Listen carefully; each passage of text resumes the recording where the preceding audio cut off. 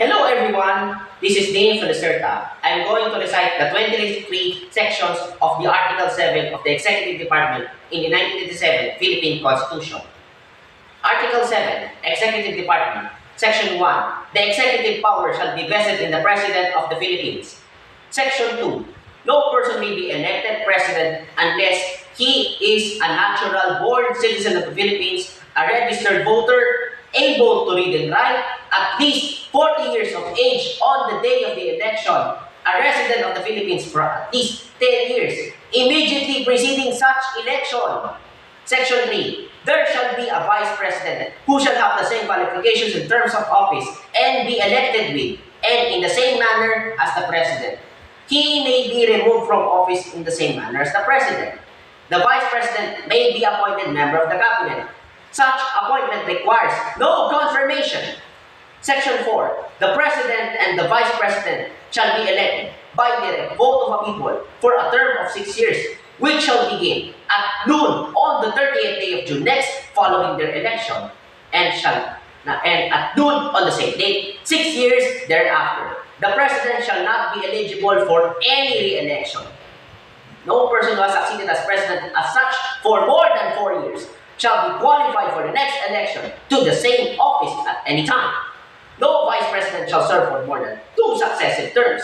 Voluntary renunciation of the office for any length of time shall not be considered as an interruption in the continuity of his service for the full term for which he was elected, unless otherwise provided by law. The regular election for President and Vice President shall be held on the second Monday of May. The returns of every election for President and Vice President, duly certified by the Board of Canvassers of each province or city, shall be transmitted to the Congress, directed to the Senate President.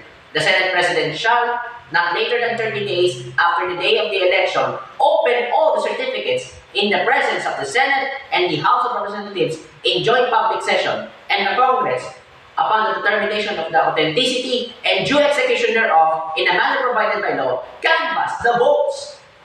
The person having the highest number of votes shall be proclaimed elected, but in case 2 or more shall have an equal or highest number of votes, one of them shall be formally be chosen by a majority of all the members of the Congress. The Congress must promulgate its rules for the canvassing of the certificates. The Supreme Court sitting en banc shall be the sole judge of all contests relating to the election, returns, and qualifications of the President and Vice President, and may promulgate its rules for the purpose. Section 5. Before they enter on the execution of their office, the President, the Vice President, or the acting President shall take the oath of the following. I do solemnly swear that I will faithfully and conscientiously fulfill my duties as President of the Philippines, preserve and defend its Constitution, execute its law, do justice to every man, and consecrate myself to the service of the nation. So help me God. Section 6. The President shall have an official residence. The salaries of the President and the Vice President shall be determined by law and shall not be decreased during the tenure. No increase in said compensation shall take effect until after the expiration of the full term of the incumbent, during which an increase was approved. They shall not receive during the tenure any other emolument from the government or any other source. Section 7. The President-elect and the Vice President-elect shall assume office at the beginning of their terms. If the President-elect fails to qualify, the Vice President-elect shall act as President until the President-elect shall have qualified. If a President shall not have been chosen, the Vice President-elect shall act as President until the President shall have been chosen and qualified. If, at the beginning of the term of the President-elect shall have died or become permanently disabled, the Vice President-elect shall become President. Where no President and Vice President shall have died, but shall have been chosen and qualified, or where both shall have died or become permanently disabled, the Senate President, or in case of his inability, the House Speaker, shall act as President until a President or a Vice President shall have been chosen and qualified. The Congress shall by law provide for the manner in which one who is to act as President shall be selected, until a President or a Vice President shall have qualified, in case of death, permanent disability, or inability of the officials mentioned in the next preceding paragraph.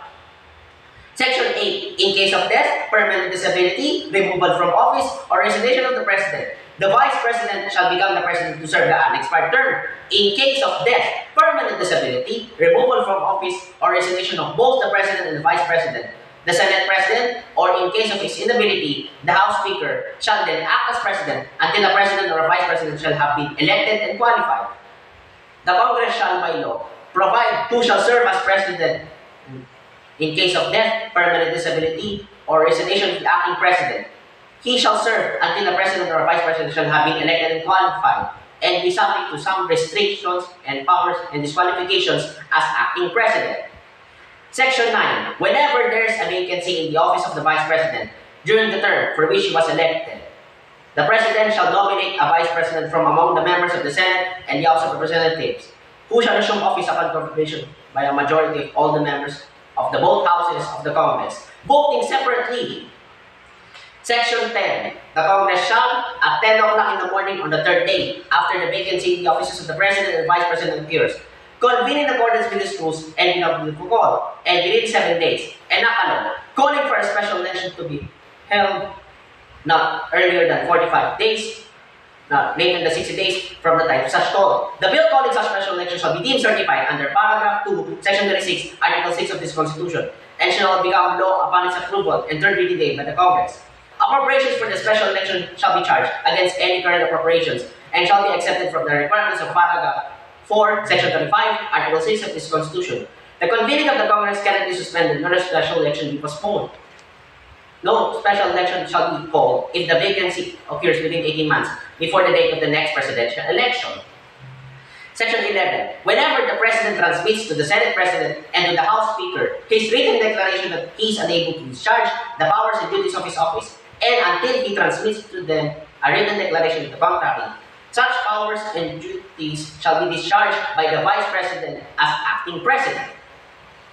Whenever a majority of all the members of the Cabinet transmit to the Senate President and to the House Speaker that the President is unable to discharge the powers and duties of his office, the Vice President shall immediately assume the powers and duties of the office as acting President.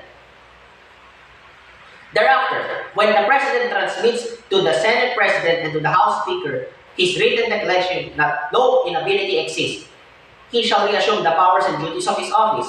Meanwhile, should a majority of all the members of the Cabinet transmit within 5 days to the Senate President and to the House Speaker their written declaration that the President is unable to discharge the powers and duties of his office, the Congress shall decide the issue. For that purpose, the Congress shall convene, if it is not in session, within 48 hours in accordance with these rules and without of a call. If the Congress, within 10 days after the receipt of the last written declaration, or if it is not in session, within 12 days after it is required to assemble, determines by a two-thirds vote of both houses voting separately that the President is unable to discharge the powers and duties of his office, the Vice President shall act as President. Otherwise, the President shall continue exercising the powers and duties of his office. Section 12. In case of serious illness of the President, the public shall be informed of the state of his health. The members of the Cabinet in charge of national security and foreign relations, or the Chief of Staff of the Armed Forces of the Philippines shall not be denied access to the President during such illness. Section 13. The President, the Vice President, the members of the Cabinet, or their deputies or assistants shall not, unless otherwise provided in this Constitution, hold any other office or employment during the tenure. They shall not, during said tenure, directly or indirectly, practice any other profession, participate in any business, or be interested financially in any contract with, or in any franchise or special privilege granted by the government, or any subdivision, agency, or instrumentality thereof, including government-owned or controlled corporations or their subsidiaries. They shall strictly avoid the conflict of interest in the conduct of their office. The spouse and relatives, by consanguinity or affinity within the fourth certificate of the President, shall not, during his tenure, be appointed as members of the constitutional commissions or the office of the ombudsman, or as secretaries, undersecretaries, or chairmen or heads of bureaus and offices, including government-owned or controlled corporations and their subsidiaries. Section 14. Appointments extended by an acting president shall remain effective unless revoked by an elected president within 90 days from assumption or reassumption of office. Section 15. 2 months immediately before the next presidential elections and up to the end of his/her term, the president or an acting president shall not make appointments. except temporary appointments to executive positions where continued vacancies therein will prejudice public service or endanger public safety. Section 16. The President shall nominate and with the consent of the Commission on Appointments, appoint the heads of the executive departments, ambassadors, other public ministers or consuls, or the officers of the armed forces from the rank of colonel or naval captain, whose appointments are voiced to him in this Constitution. He shall also appoint such other officers whose appointments are not otherwise provided for by law, and those whom be authorized by law to appoint. The Congress made by law best the appointment of other officers lower in rank than the President alone, in the courts or in the heads of the departments, agencies, commissions, or boards. The President shall have the power to make appointments during the recess of the Congress, whether voluntary or compulsory, but such appointments shall be effective only until disapproved by the Commission on Appointments or until the next adjournment of the Congress. Section 17. The President shall have the control of all executive departments, bureaus, and offices. He or she shall ensure that the laws be faithfully executed. Section 18. The President shall be the Commander-in-Chief of all armed forces of the Philippines, and whenever it becomes necessary, he may call out such armed forces to prevent or suppress lawless violence, invasion, or rebellion. In case of invasion or rebellion, when the public safety requires it, he may, for a period not exceeding 60 days, suspend the privilege of the writ of habeas corpus or place the Philippines or any part thereof under martial law. Within 48 hours from the proclamation of martial law or the suspension of the privilege of the writ of habeas corpus, the President shall submit a report in person or in writing to the Congress. The Congress voting jointly, by a vote of at least a majority of all the members in regular or special session, may revoke such proclamation or suspension, which revocation shall not be set aside by the President. Upon the initiative of the President, the Congress may, in the same manner, extend such proclamation to suspension for the period to be determined by the Congress, if the invasion or rebellion shall persist and public safety requires it. The Congress, if not in session within 24 hours following such proclamation or suspension, convene in accordance with its rules and without need of a quorum. The Supreme Court may review in an appropriate proceeding filed by any citizen the factual basis of the proclamation of martial law or the suspension of the privilege of the writ or the extension thereof, and must promulgate its decision thereon within 30 days from its filing. A state of martial law does not suspend the operation of the Constitution, nor supplant the functioning of the civil courts or legislative assemblies, nor authorize the conferment of jurisdiction on military courts and agencies over civilians, where civil courts are able to function, though automatically suspend the privilege of the writ. During the suspension of the privilege of the writ of habeas corpus shall apply only to persons judicially charged with rebellion or offences inherent in or directly connected with invasion. During the suspension of the privilege of the writ, any person thus arrested or detained shall be judicially charged within 3 days. Otherwise, he or she shall be released.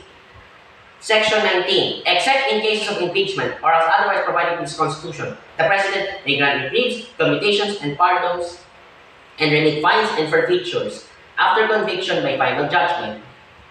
He shall also have the power to grant amnesty with the concurrence of a majority of all the members of the Congress. Section 20. The President may contract or guarantee foreign loans on behalf of the Republic of the Philippines with the prior concurrence of the Monetary Board, and subject to such limitations as be provided by law. The Monetary Board shall, within 30 days from the end of every quarter of the calendar year, submit to the Congress a complete report on its decision for application for loans to be contracted or guaranteed by the government or government-owned or controlled corporations, which would have the effect of increasing the foreign debt and containing other matters as may be provided by law. Section 21. No treaty or international agreement shall be valid and effective unless concurred in by at least a majority of all the members of the Senate. Section 22. The President shall submit to the Congress within 30 days from the opening of every regular session as the basis of the General Appropriations Bill, a budget of expenditures and sources of financing, including receipts from existing and proposed revenue measures. Section 23, the last section. The President shall address the Congress at the opening of its regular session. He may also appear before it at any other time. Great job, Daniel! Great job! Very nice. It only took 14 minutes.